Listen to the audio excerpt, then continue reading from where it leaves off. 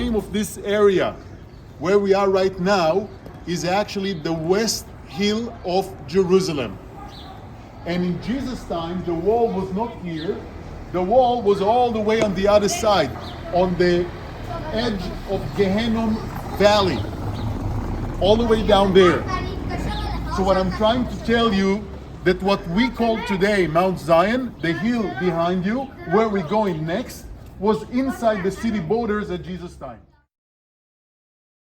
Over here, and very beautiful. Do you know the history of this church? Yes, you do. I told you the whole history of all the churches in Israel. Built at the Byzantine time, destroyed by the Muslims, rebuilt by the Crusaders, destroyed by the Muslims, and rebuilt one more time in the second half of the 19th century. So what? It's a B. No, it's the history of all the churches. It's a tradition. It's only tradition. Okay?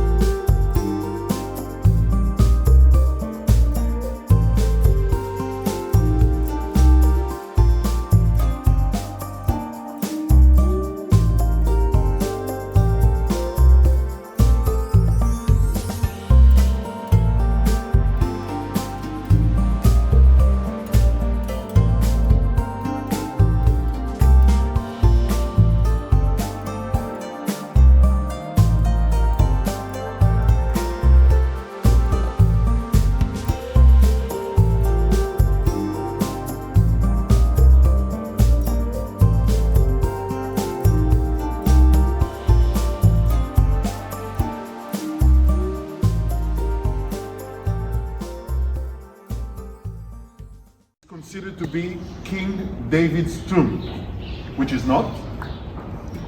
And the upper floor is considered to be the Last Supper room, the upper room, which is could be. Okay? So, what's the story over here? Why I can tell you for sure this is not the city of David? Because the Bible tells us very clearly that King David was buried in his own city, the city of David. And from here we're going to walk to the city of David. And the main part of the celebration was to come to the temple in Jerusalem. Yes, later we're going to see the southern stairs. You can imagine people taking the lamb in their hands and sacrificing thousands of lambs on the same day and eating the Passover together. And that's what Jesus wanted to do with his disciples, to eat the Passover together. Now, the way to do it is to eat like free men. It used to be a triclinium with sofas.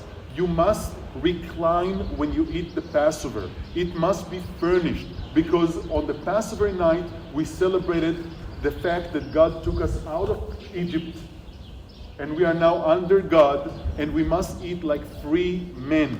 So everybody must have furnished room when you can recline and eat the Passover properly. And Jesus gave them a sign: follow a man, carry a pitcher of water, and he will take you to an upper room. The houses had an upper room with a low ceiling.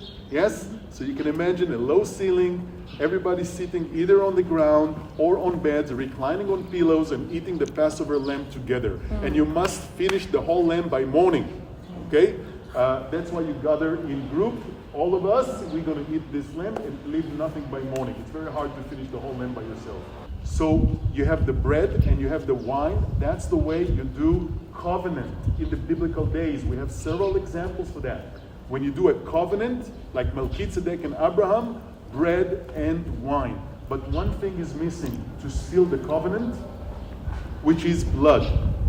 So over here we prepared them, but the covenant was sealed eventually with his blood on the cross. And he initiated the Lord's Supper. Yes, that we're going to do tomorrow, right over here. What you're going to see now is the room as it was decorated at the Crusaders' time. Yes. Like it wasn't 900 years ago. So the room did not look like this at Jesus' time. Okay? It could be the location, but it didn't look like this. What you're about to see, it's very beautiful. It's well preserved. but it's going back to the Crusaders' time. By the way, you remember the story of all the churches? What happened after the Crusaders? The Muslims came and destroyed it? Yes. So this is another exception, and that's why you can still see the room. The Muslims see Jesus as one of their prophets. So the Muslims also recognize this tradition. So it's a holy place for the Muslims. And they will come over here as well. And they just converted it to be a mosque. So you will see Islamic letters and you will see a claim starting in Mecca. Okay? And that's the reason the Muslims never destroyed this room. You just read